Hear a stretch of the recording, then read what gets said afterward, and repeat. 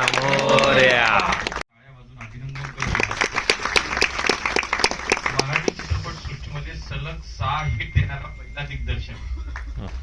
त्याचा आपल्या सगळ्या 11 तारखेला आपण मुरली अण्णांच्याच हस्ते ते पहिले चेक द्यायला आपण सुरुवात करणार.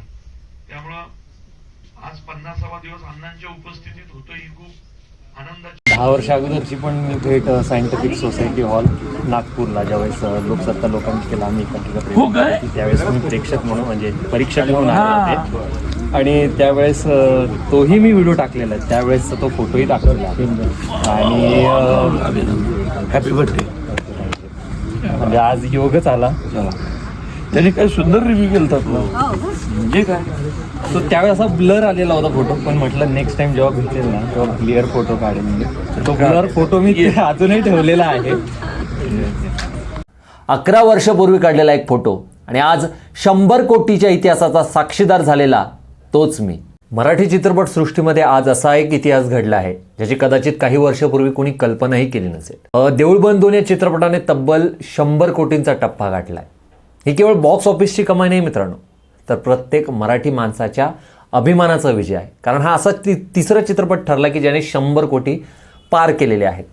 खरं तर मित्रांनो काही चित्रपट फक्त मनोरंजन करत नाहीत, ते इतिहास घडवतात आणि देऊळ बंद 2 हा तसाच एक चित्रपट ठरलाय. या चित्रपटाच्या निमित्ताने मला एक खास अनुभव मिळाला. संस्कृती प्रतिष्ठान आयोजित प्रीमियर शोला उपस्थिती राहण्याची संधी मिळाली. त्याबद्दल तर मी मनापासून पंकज सातो सरांचे आभार मानतो की त्यांनी मला या अविस्मरणीय क्षणाचा साक्षीदार होण्याची संधी दिली. खरं तर या कार्यक्रमाला पुण्याचे लाडके खासदार आणि केंद्रीय राज्यमंत्री श्री मुरलीधर अण्णा मोहोळ उपस्थित होते. त्यांचे मनोगत ऐकण्याची संधी मिळाली आणि त्याचबरोबर प्रवीण तरडे सरांनी स्वतः प्रेक्षकांची जो साधलेला संवाद होता खूपच प्रेरणादायी होता. पण माझ्यासाठी सर्वात भावनिक क्षण कोणता होता माहिती आहे? आजपासून तब्बल 11 वर्षापूर्वी म्हणजे 2016 साली लोकसत्ता लोकांकिका स्पर्धेत प्रवीण तरडे सर परीक्षक म्हणून आले होते. त्यावेळी देऊळ बंद हा नुकताच प्रदर्शित झाला होता. तेव्हाच मी माझ्या आयुष्यातला पहिला सेलिब्रिटी फोटो प्रवीण तरडे सरांसोबत काढला होता आणि तो खरं तर ब्लर आला होता. आता तुम्ही स्क्रीनवर पाहताय. त्यांनी दिलेलं जे मार्गदर्शन होतं, त्यांचा तो साधेपणा आजही मनात तसाच जिवंत आहे. आणि आता 11 वर्षानंतर पुन्हा त्यांच्यासोबत भेट झाली. तो फोटो पाहताना जुन्या आठवणी अक्षरशः डोळ्यासमोर उभ्या राहिल्या आणि आता एक जी इच्छा होती ती पूर्ण झालेली आहे. खरं तर आणखीन एक गोष्ट तुम्हाला सांगावीशी वाटते की माझं पहिलं यूट्यूब चॅनल ज्या दिवशी बंद झालं, पण श्री स्वामी समर्थांच्या कृपेने मी पुन्हा एकदा नव्याने सुरुवात केली आणि विशेष म्हणजे या नव्या चॅनलवर अपलोड केलेला पहिला व्हिडिओपैकी एक होता तोच म्हणजे देऊळ बंद 2चा टीजर आणि त्याचा रिव्ह्यू. खरं तर ही सुरुवात माझ्यासाठी खूप महत्त्वाची होती. जणू काही स्वामींनीच या प्रवासाची सुरुवात त्या चित्रपटापासून करून दिली आणि खरं तर आज त्याच चित्रपटाचे 100 कोटी पूर्ण झालेले आहेत. हा एक विक्रमच आहे कुठल्याही मोठ्या बॅनरशिवाय. आणि मीही या प्रवासाचा एक छोटा साक्षीदार होऊ शकलो.